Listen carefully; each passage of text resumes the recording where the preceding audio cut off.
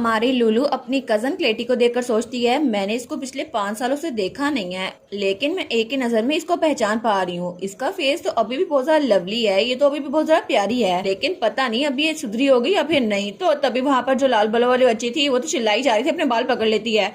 वो कहती है आखिर तुम लोग ना क्यों कह रहे हैं मुझे ये ड्रेस चाहिए, तुम लोग की हिम्मत कैसे हुई, और आखिर तुम लोग की इतनी हिम्मत कि तुम लोग मार्कस पोशिट की बेटी को इग्नोर कर रहे हो। तो हमारी लुलू सोचती है कि आप पोशिट, एक मिनट, कहीं ये वही लड़की तो नहीं, लेकिन ये इतनी ज्यादा स्पॉइल कैसे हो सकती है। और वो बच्ची, उसको तो बड़ा गुस्सा आ रहा था, वो तो अपने बाल खींची जा रही थी।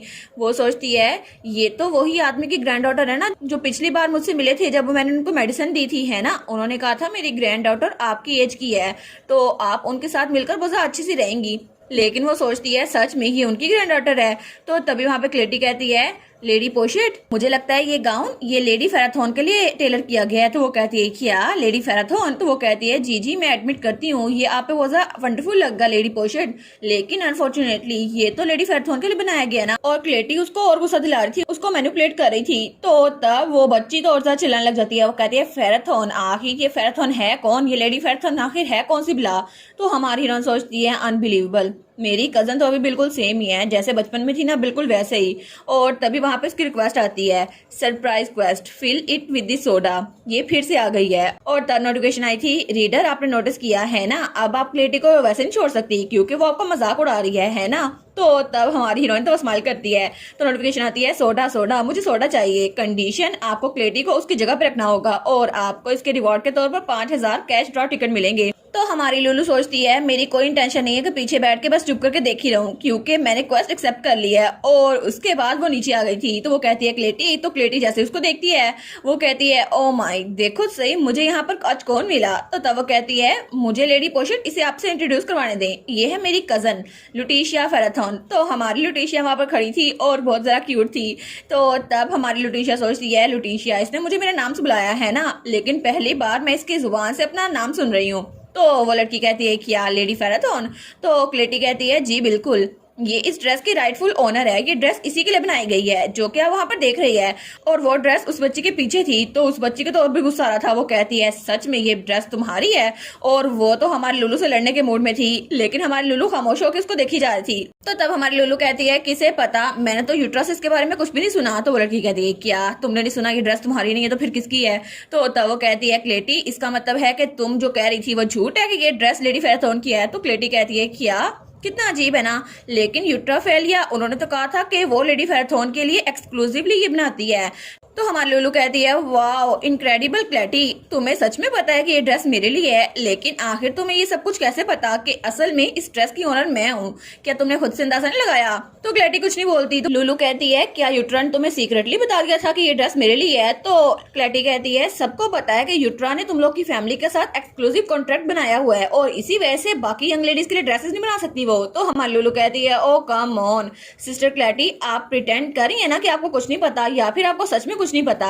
यूट्रा ने हमारी फेराथॉन फैमिली के साथ एक्सक्लूसिव कॉन्ट्रैक्ट किया तो है, लेकिन इसका ये मतलब नहीं है कि उनको हमने बाकी बच्चों के लिए ड्रेस बनाने से फॉरबिडन कर दिया है। इसीलिए तो एक्सक्लूसिव कॉन्ट्रैक्ट बनाए जाते हैं ताकि वो हमारी फैमिली के लिए ड्रेस बनाती रहे, लेकिन इसका ये मतलब नहीं है कि वो आपके लिए ड्रेस नहीं बना सकती। क्या इसका ये मतलब नहीं है। लेकिन तभी वो कहती है ओ माय गॉड, मुझे ये ना बताइएगा कि आपको ये नहीं पता एक्सक्लूसिव कॉन्ट्रैक्ट का मतलब क्या होता है ना। ओहो वैसे भी इग्नोरेंट होना कोई क्राइम नहीं है, आपको नहीं पता तो कोई बात नहीं, लेकिन अगर आप मेरे बारे में गलत रूमर्स फैलाएंगी तो लोग आपको गलत समझेंगे। तो क्लेटी को तो बड़ा गुस्सा आ रहा था, उसका दिल कर रहा था अभी लुलू को ले और बाहर फेंक दे। और हमारी लुलू सोचती है अब क्या क्लेटी, अपने इग्नोरेंट होने को एडमिट कर लो। अब चाहे तुम कहो कि तुमने मजाक किया था या फिर तुम कहो तुम्हें सच में पता था, इसका यही मतलब होगा ना तुमने लेडी पोशिट से झूठ बोला। लेकिन तब उसका हाथ पकड़ती है और सोचती है जो भी हो तुम तो फंस चुकी हो। वो कहती है प्लीज सिस्टर प्लीज फ्यूचर में ऐसे किसी के बारे में बात करने से परहेज कीजिएगा क्योंकि आपको नहीं पता इन्फॉर्मेशन कहाँ से कहाँ चली जाती है। जब तक आपको पूरी बात का पता ना हो ना आप बताया ना करें किसी को। तो लुलू कहती है अरे हाँ एक और चीज, जब दो लोग को आपस में इंट्रोड्यूस करवाते हैं तो दोनों का इंट्रोडक्शन करवाते हैं। आपने मेरे बारे में लेडी पोस्ट को बता दिया लेकिन उनके बारे में मुझे नहीं बताया, ये एटिकेट के खिलाफ होता है, ये बहुत सारा रूड समझा जाता है। तो क्लेटी कहती है क्या, तो हमारी लुलू कहती है क्या मतलब आपको ये भी नहीं पता था, ओ माय गॉड आपको सच में नहीं पता था। तो क्लेटी कहती है तुम्हें क्या लगता है मुझे नहीं पता था, मुझे पता था। तो हमारी लुलू कहती है फिर भी आपने उनसे मुझे इंट्रोड्यूस नहीं करवाया, इसका मतलब है आप जानबूझ के ये कर रही थी। तो क्लेटी कहती है क्या नहीं ऐसा कुछ नहीं है।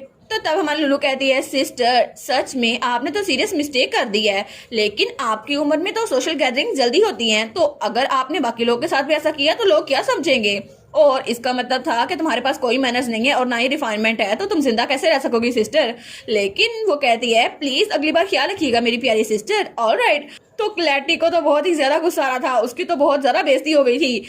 और इसी के साथ हमारी लुलू की quest fill it with the soda complete हो गई थी। और वो सोचती है ड्रेस शॉप तो पूरे रूमर्स का सेंटर होता है, इसी वजह से अगर यहाँ पर मैंने उसकी बेइज्जती की है ना तो ये रूमर्स फैल जाएंगी। तो तब वो कहती है ठीक है लेडी पोशर चलते हैं। तो तब हमारी लुलू सोचती है कुछ भी हो जाए लेकिन मेरे फेवर में सब कुछ जाएगा।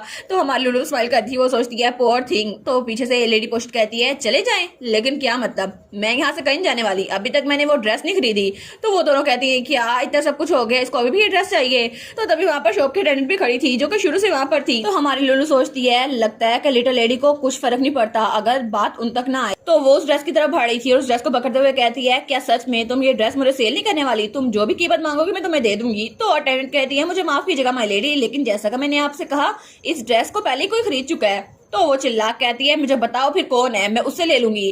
तभी वहां पर कोई आता है और वो कहता है ओ तो तुम यहाँ पर हो। तो हमारी लुलू जब वहां पर देखती है तो सबके सब भी वहां पर देखते हैं। तो वहां पर जियोन और एरिस थे, हमारी लुलू के बड़े भाई।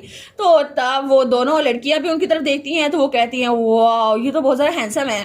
तो तब एरिस और जियोन उनकी तरफ आ रहे थे। तो एरिस कहता है मुझे यकीन नहीं होता मेरी छोटी बहन मुझे अबंडन करके चली गई। तो लुलू कहती है नहीं मैंने जानबूझ के नहीं किया, एक जियोन ने कहा था कि यहाँ के एप्पल पाई बहुत ज्यादा डिलीशियस होते हैं इसलिए मैं यहाँ पर आ गई।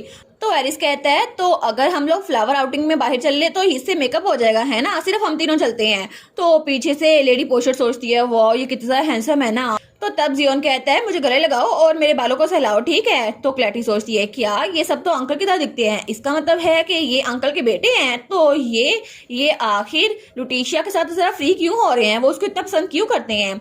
लेकिन क्या सच में ये फेरथॉन डची के बेटे हैं, तो आखिर ये उसके साथ एक फैमिली की तरह ट्रीटमेंट क्यों कर रहे हैं। लेकिन वो लड़की वो तो सच में इनकी फैमिली है भी नहीं, तो ये उनके साथ ऐसा सलूक क्यों कर रहे हैं।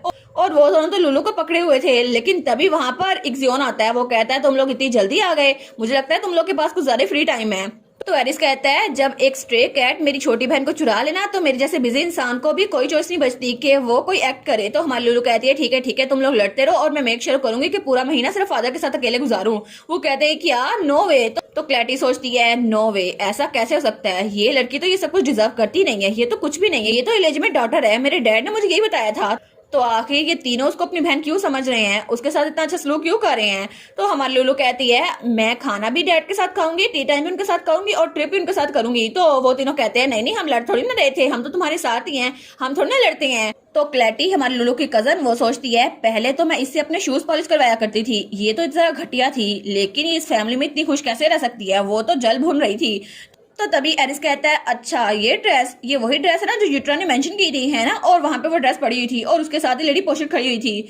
तो एरिस कहता है लेकिन ये हमारी सिस्टर की क्यूटनेस के सामने तो कुछ भी नहीं है, फिर भी ये उस पर अच्छी लगेगी। तो एक्जियोन कहता है और ये लड़की कौन है, कॉटन बॉल की कोई फॉलोअर है, लेकिन ये इस ड्रेस के साथ क्यों खड़ी हुई है। तो हमारी सोचती है नहीं ऐसा कुछ भी नहीं है। तो तभी क्लैटी आगे होती है, वो कहती है ओ बिल्कुल भी ऐसा नहीं है, लेडी पोशेट वुड सिंपली ये ड्रेस खरीदना चाहती थी, लेकिन मैंने उनको बताया भी था ये लुटिशिया की है, लेकिन वो इंसिस्ट किए जा रही थी। तो तब वो कहती है क्या इसका मतलब है ये सच में लुटिशिया की ड्रेस है। वो सोचती है मैंने सब कुछ खुद से नहीं बनाया था, ये सच में उसकी ड्रेस है, अब मैं इसको बदनाम करूंगी, अब मैं इसकी बेइज्जती भी करवाऊंगी। तो वो कहती है कितना स्ट्रेंज है ना, लेकिन लुटिशिया पहले ऐसे एक्ट कर रही थी जैसे उसे पता ही नहीं ये ड्रेस उसके लिए है। और तब वो दिल में सोचती है लेडी पोशेट और लुटिशिया दोनों इस ड्रेस पे लड़ेंगी और फिर हर कोई मेरे तरफ हो जाएगा है ना, क्योंकि फेरथन मास्टर वो किसको फेवर करेंगे, उस लुटिशिया को जो कि झूठ बोल रही है या फिर मुझे। और कितना अच्छा होगा ना, मैं इन तीनों को मजबूर कर दूंगी कि वो अपनी बहन से नफरत करे। लेकिन ग्लैटी तुम्हें क्या पता, वो तीनों तो अपनी बहन के पीछे पागल है, तुम्हारी तो कोई बात मानने नहीं वाला, उल्टा तुम्हारी इंसल्ट होने वाली है, बस तुम रेडी रहना। और इसी के साथ ये वाला पार्ट यहीं पर ख़त्म। तो आप लोग बताइएगा आप लोग को ये पार्ट कैसा लगा, और वीडियो को लाइक और चैनल को सब्सक्राइब लाजमी कीजिएगा। बाकी वीडियोस का लिंक भी स्क्रीन पर नज़र आ रहा होगा, तो काइंडली उनको भी चेकआउट कर ले। और thank you so much for watching my videos. Stay safe, bye bye.